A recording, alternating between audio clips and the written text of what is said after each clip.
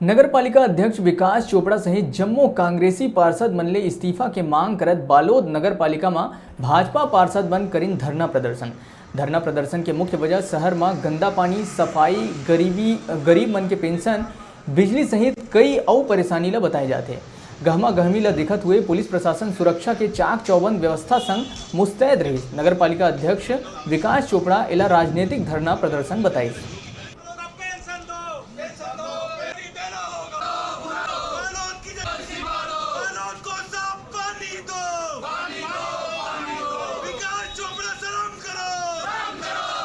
दो 2019 के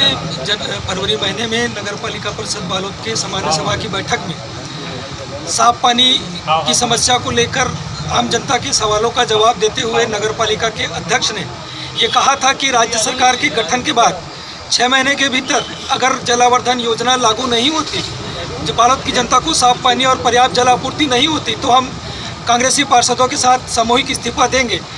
कल 17 जून को वो नियत तिथि पूरी हो गई है और आज हम नगर पालिका में हमारे साथी भारतीय जनता पार्टी के पार्षद और हमारे सम्मानीय साथी कांग्रेस के अध्यक्ष और कांग्रेसी पार्षदों से इस्तीफा मांगने आए।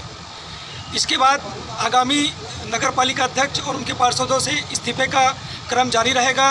और भी हमारे संगठन के द्वारा कार्यक्रम आयोजित किए जाएंगे इस्तीफा को लेकर।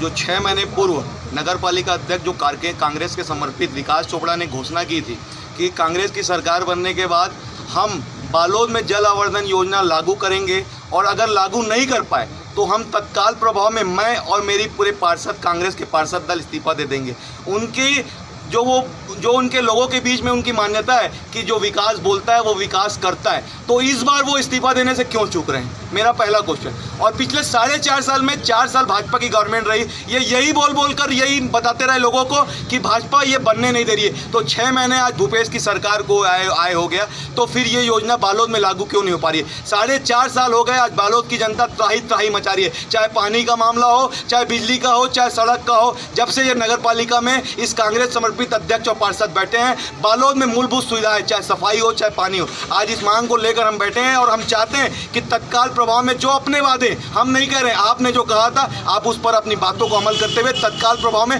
बालोद की जनता को राहत दें और इस्तीफा देकर पुनः यहाँ बालोद में नगर पालिका का चुनाव हो और वापस बालोद की जनता खुशी मनाए।